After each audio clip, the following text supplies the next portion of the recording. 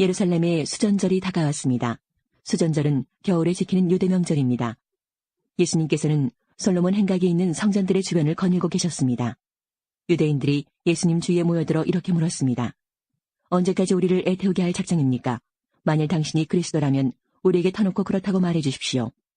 예수님께서 그 사람들에게 대답하셨습니다. 내가 전에 말하였으나 너희는 믿지 않았다. 내가 내 아버지의 이름으로 행하는 일들이 나를 증언한다. 그러나 너희는 나의 양이 아니므로 믿지 않는다. 내 양은 나의 음성을 듣고 나도 내 양을 안다. 내 양은 나를 따른다. 나는 그들에게 영생을 준다. 그들은 영원히 멸망하지 않을 것이며 아무도 그들을 내 손에서 빼앗을 수 없을 것이다. 양들을 내게 주신 나의 아버지는 모든 것보다 더 큰 분이시다. 그러므로 아무도 내 아버지의 손에서 내 양들을 빼앗을 수 없다. 아버지와 나는 하나다. 유대인들이 다시금 돌을 집어 예수님께 던지려고 하였습니다. 그러나 예수님께서는 그들에게 이렇게 말씀하셨습니다. 나는 너희에게 아버지에게서 온 선한 일을 많이 보여주었다. 너희는 도대체 이 중에서 어떤 일 때문에 나에게 돌을 던지려 하느냐? 유대인들이 대답했습니다. 우리는 당신이 행한 선한 일 때문에 당신에게 돌을 던지려는 것이 아니라 하나님을 모독한 말 때문에 그러는 것이요. 당신은 사람에 지나지 않는데도 자신을 하나님이라고 주장하고 있소. 예수님께서 대답하셨습니다. 내가 선언하는데 너희는 다 신이다라는 말이 너희 율법에 쓰여 있지 않느냐. 하나님께서 하나님 자신의 말씀을 받은 사람들을 신이라고 불렀으니 성경은 파기될 수 없다. 하나님께서 구별하여 세상에 보낸 사람에 대해서는 너희가 뭐라고 말하겠느냐. 내가 나는 하나님의 아들이다 라고 말했다고 해서 너희가 어찌 나에게 하나님을 모독한다고 말을 하느냐. 만일 내가 내 아버지의 일을 하지 않는다면 그때에는 나를 믿지 마라. 하지만 만일 내가 내 아버지의 일을 한다면 나는 믿지 않는다 하더라도 내가 하는 일은 믿어라. 그러면 너희는 아버지께서 내 안에 그리고 내가 아버지 안에 있다는 사실을 알고 그것을 깨닫게 될 것이다. 유대인들이 다시 예수님을 잡아가려고 했지만 예수님께서는 그들의 손에서 빠져나가셨습니다. 예수님께서 예루살렘으로 향하여 가시던 중 각 도시와 마을을 두루 지나셨습니다. 어떤 사람이 예수님께 물었습니다. 주님, 구원받을 사람은 적습니까? 그러자 예수님께서 말씀하셨습니다. 좁은 문으로 들어가려고 힘써라. 내가 너에게 말한다. 많은 사람들이 그곳으로 들어가려고 하지만 들어갈 수 없을 것이다. 일단 집주인이 일어나서 문을 닫아버리면 너희가 밖에 서서 문을 두드리며 주인님 문을 열어주십시오 하고 말할 것이다. 그러면 그가 대답할 것이다. 나는 너희가 도대체 어디서 온 사람들인지 모른다. 그때 너희가 이렇게 말할 것이다. 저희는 주님 앞에서 먹고 마셨으며 주님께서는 저희를 길거리에서 가르치셨습니다. 그러나 주인이 말할 것이다. 내가 너희에게 말한다. 나는 너희가 어디에서 왔는지 모른다. 악을 행하는 자여 썩 물러가거라. 아브라함과 이삭과 야곱과 그리고 모든 예언자들이 하나님 나라에 있는데 너희만 밖으로 쫓겨난 것을 볼 때에 너희가 슬피 울며 이를 갈 것이다. 사람들이 동서남북 사방으로부터 와서 하나님 나라의 잔치자리에 앉을 것이다. 보아라, 꼴찌가 첫째가 되고 첫째가 꼴찌가 될 사람도 있다. 그때에 어떤 바리새파 사람들이 예수님께 와서 말했습니다. 이곳을 떠나십시오. 헤롯이 선생님을 죽이려고 합니다. 예수님께서 그들에게 말씀하셨습니다. 가서 그 여우에게 말하여라. 오늘과 내일은 내가 마귀를 쫓아내고 병을 고칠 것이다. 그리고 3일째 되는 날에 내 일을 이룰 것이다. 그러나 오늘과 내일 그리고 그 다음 날에도 나는 내 갈 길을 가야 한다. 예루살렘 밖에서 예언자가 죽을 수 없다. 예루살렘아, 예언자들을 죽이고 너에게 보낸 사람들을 돌로 친 예루살렘아, 암탉이 날개 아래에 병아리를 품듯이 내가 내 자녀들을 모으려고 여러 번 노력하지 않았더냐. 그런데 너희는 원하지 않았다. 보아라, 너희의 집은 무너질 것이다. 내가 너희에게 말한다. 너희가 주의 이름으로 오시는 이가 복이 있다라고 말하게 되는 날까지 너희가 나를 보지 못할 것이다. 14장. 안식일에 예수님께서 음식을 드시러 어느 한 바리새파 지도자의 집에 들어가셨습니다. 사람들이 예수님을 가까이서 지켜보고 있었습니다. 그때 수종병 환자 한 사람이 예수님 앞에 나타났습니다. 예수님께서 율법 학자들과 바리새파 사람들에게 말씀하셨습니다. 안식일에 병을 고치는 것이 옳으냐 옳지 않느냐. 그러나 사람들은 잠잠했습니다. 예수님께서 병자를 붙잡고 그를 고쳐주셨습니다. 그리고 그를 보냈습니다. 예수님께서 바리새파 사람들과 율법 학자들에게 말씀하셨습니다. 만일 너희 아들이나 소가 안식일에 우물에 빠졌다면 즉시 끌어내지 않겠느냐. 사람들은 아무런 대답도 할 수 없었습니다. 예수님께서 초대받은 손님들이 서로가 윗자리를 차지하려는 것을 보시고 비유를 들어 말씀하셨습니다. 어떤 사람의 결혼잔치에 초대받았을 때 윗자리에 앉지 마라. 혹시 너보다 귀한 손님이 초대받았을 경우 너희를 잔치에 초대한 주인이 와서 말할 것이다.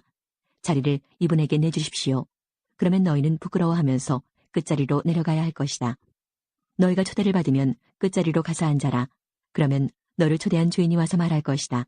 친구여, 윗자리로 올라앉으시오.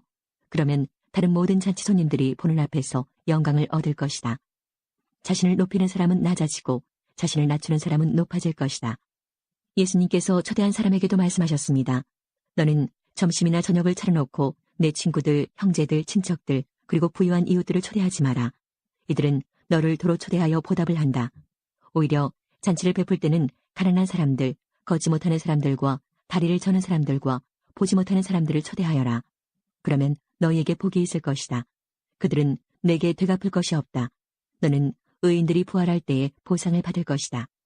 예수님과 같이 식사를 하던 사람 중에 한 사람이 이 말씀을 듣고서 예수님께 말했습니다. 하나님 나라의 잔치 자리에 앉을 사람은 참으로 복이 있습니다. 예수님께서 그에게 말씀하셨습니다. 어떤 사람이 큰 잔치를 베풀고 많은 사람들을 초대하였다. 시간이 되었을 때 그 사람은 종을 보내어 초대한 사람들에게 알렸다. 준비가 다 되었으니 오십시오. 그러나 그들은 모두 한결같이 핑계를 대기 시작했다. 첫 번째 사람이 말했다. 내가 밭을 샀는데 가서 둘러봐야 합니다. 부디 양해해 주십시오. 또 한 사람이 말했다. 나는 소 10마리를 샀는데 이것들을 부려보러 가는 길입니다. 부디 양해해 주십시오. 세 번째 사람이 말했다. 나는 지금 장가를 들어서 갈 수 없습니다. 종이 돌아와서 주인에게 이 사실을 알렸다. 그러자 집주인이 화가 나서 말했다. 당장 가서 동네 길과 골목을 다니며 가난한 사람, 걷지 못하는 사람, 보지 못하는 사람, 다리를 저는 사람들을 데려오라. 그 후에 종이 말했다. 주인님, 말씀하신 것들을 다 했습니다만 아직도 자리가 비어 있습니다. 그러자 주인이 종에게 말하였다. 큰 길과 골목길을 돌아다니며 사람들을 오게 하여 내 집을 채워라. 내가 너에게 말한다. 먼저 초대받았던 사람들은 아무도 내 잔치를 맛보지 못할 것이다. 많은 사람들이 예수님과 함께 길을 가고 있었습니다. 예수님께서 이들에게 돌아서서 말씀하셨습니다. 누구든지 내게로 오면서 자신의 아버지, 어머니, 아내, 자녀, 형제 혹은 자매를 미워하지 않으면 그리고 더 나아가 자신의 목숨까지도 미워하지 않으면 내 제자가 될 수 없다. 누구든지 자기 십자가를 지고 나를 따르지 않는 사람은 내 제자가 될 수 없다. 너희 가운데 한 사람이 탑을 세우려고 하는데 우선 앉아서 이 일을 완성하는데 얼마의 비용이 들지 따져볼 것이 아니냐. 만일 기초공사만 하고 완성할 수 없게 되면 보던 사람들이 모두 너를 비웃기 시작할 것이다. 그리고 이 사람이 공사를 시작만 하고 끝내지는 못했다라고 말할 것이다. 만일 어떤 임금이 다른 왕과 전쟁을 하러 나갈 때 우선 앉아서 10,000명 군사로 20,000명의 군사를 이끌고 오는 자를 이길 수 있을지 헤아려 보지 않겠느냐. 이길 수 없다면 아직 적군이 멀리 있을 때에 특사를 보내어 평화조약을 제의할 것이다. 이와 같이 너희 가운데 누구든지 가지고 있는 모든 것을 버리지 않으면 내 제자가 될 수 없다. 소금은 좋은 것이지만 만일 그 맛을 잃어버리면 무엇으로 다시 짠맛을 내겠느냐. 그것은 땅에도 거름에도 아무 쓸모없어 밖에 던져질 것이다. 들을 귀 있는 사람은 들어라. 15장. 많은 세리들과 죄인들이 말씀을 들으려고 예수님께 가까이 나왔습니다. 바리새파 사람들과 율법 학자들이 수군거리기 시작했습니다. 이 사람이 죄인들을 받아들이고 함께 먹기까지 한다. 그러자 예수님께서 그들에게 이 비유를 말씀하셨습니다. 너희 중에 어느 사람이 양 100마리가 있는데 그 가운데 한 마리를 잃었다고 하자. 그러면 그는 99마리 양을 들판에 남겨두고 잃은 양을 찾을 때까지 찾아다닐 것이 아니냐. 그리고 양을 찾으면 양을 어깨에 메고 기뻐할 것이다. 집으로 돌아오는 길에 친구들과 이웃을 불러 말할 것이다. 함께 기뻐하자. 잃었던 양을 찾았다. 내가 너에게 말한다. 하늘에서는 회개할 필요 없는 99명의 의인보다 회개하는 죄인 1명을 두고 더 기뻐할 것이다. 어떤 여자가 10개의 드라크마를 가지고 있다가 하나를 잃어버렸다고 하자. 그러면 등불을 켜고 온 집안을 쓸며 찾을 때까지 자세히 뒤지지 않겠느냐. 그러다 찾으면 친구들과 이웃들을 불러 말할 것이다. 나와 함께 기뻐하자. 잃었던 드라크마를 찾았다. 내가 너희에게 말한다. 이처럼 회개하는 죄인 한 사람을 두고 하나님의 천사들이 크게 기뻐할 것이다. 예수님께서 말씀하셨습니다. 어떤 사람에게 두 아들이 있었다. 그런데 작은 아들이 아버지에게 말했다. 아버지, 제가 받을 몫의 재산을 주십시오. 그러자 아버지는 재산을 두 아들에게 나누어 주었다. 며칠 뒤에 작은 아들은 모든 재산을 모아서 먼 마을로 떠나버렸다. 거기서 그는 방탕한 생활을 하다가 재산을 다 날려버렸다.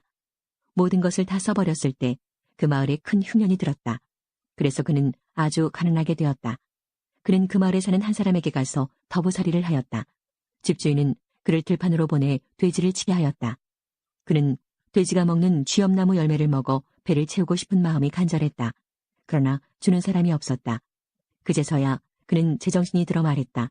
내 아버지 품꾼들에게는 양식이 풍족하여 먹고도 남는데 나는 여기서 굶어 죽는구나. 일어나 아버지께 돌아가 말해야겠다. 아버지, 저는 하나님과 아버지 앞에 죄를 지었습니다. 저는 더 이상 아버지의 아들이라고 불릴 자격이 없습니다. 저를 아버지의 품꾼 가운데 하나로 여기십시오. 그 아들은 일어나 아버지에게로 갔다. 그 아들이 아직 먼 거리에 있는데 아버지가 그를 보고 불쌍히 여겨 달려가 아들을 끌어안고 입을 맞추었다. 아들이 아버지에게 말하였다. 아버지, 저는 하나님과 아버지 앞에 죄를 지었습니다. 저는 아버지의 아들이라고 불릴 자격이 없습니다. 그러나 아버지는 종들에게 말했다. 서둘러 가장 좋은 옷을 가져와서 아들에게 입혀라. 또 손가락에 반지를 끼워주고 발에 신발을 신겨라. 그리고 살진 송아지를 끌고 와서 잡아라. 우리가 함께 먹고 즐기자. 내 아들이 죽었다가 다시 살아났고 잃어버렸다가 다시 찾았다. 그래서 그들은 함께 즐기기 시작하였다. 그때 큰아들은 밭에 있었다. 그가 돌아와 집 가까이 다가왔을 때 음악 소리와 춤추는 소리를 들었다. 그는 종 하나를 불러 무슨 일인지를 물어보았다. 종이 아우님이 돌아오셨습니다. 무사히 건강하게 아우님이 돌아왔기 때문에 주인 어른께서 살진 송아지를 잡았습니다. 하고 대답했다. 큰아들은 화가 나서 집에 들어가려고 하지 않았다. 그의 아버지가 밖으로 나와 큰아들을 달랬다. 큰아들은 아버지에게 말했다. 보십시오. 저는 수년 동안 아버지를 섬겨왔습니다. 그리고 한 번도 아버지의 명을 어기지 않았습니다. 그런데 아버지께서는 한 번도 저를 위해서 친구들과 즐기라고 염소 새끼 한 마리도 주신 일이 없었습니다. 그런데 장녀들과 함께 아버지 재산을 다 써버린 아들이 집에 돌아오니까 아버지께서는 그를 위해 살진 송아지를 잡으셨습니다. 아버지가 그에게 말했다. 아들아, 너는 언제나 나와 함께 있었으니 내가 가진 모든 것이 내 것이 아니냐. 내 동생은 죽었다가 다시 살아났고 잃었다가 다시 찾았으니 우리가 즐거워하고 기뻐해야 하지 않겠느냐. 16장. 예수님께서 제자들에게 또 말씀하셨습니다. 어떤 부자에게 재산을 관리하는 일꾼이 있었는데 이 일꾼이 재산을 낭비한다는 소문이 들렸다. 그래서 그를 불러다가 말했다. 내가 자네에 관해 들은 소문이 어찌된 일인가? 더 이상 자네를 일꾼으로 쓸 수 없으니 자네의 일을 정리해주게. 그러자 그 일꾼은 속으로 생각했다. 주인이 내 일을 빼앗으니 어떻게 해야 하나. 땅을 파자니 힘이 없고 국어를 하자니 창피한 노릇이구나. 내가 할 일을 알았다. 내가 이 자리에서 물러날 때 사람들이 나를 집으로 맞이하게 만들어야겠다. 그 일꾼은 주인에게 빚진 사람들을 하나씩 불렀다. 첫째 사람에게 물었다. 주인에게 빚진 것이 얼마요? 그가 올리브 기름 100마리요라고 대답하자 그 일꾼이 말했다. 당신의 문서가 여기 있으니 어서 앉아서 50말이라고 적으시오. 또 다른 사람에게 그가 진 빚이 얼마냐고 물었다. 밀 100섬이요라고 대답하자 그 일꾼이 말했다. 당신의 문서가 여기 있으니 80섬이라고 적으시오.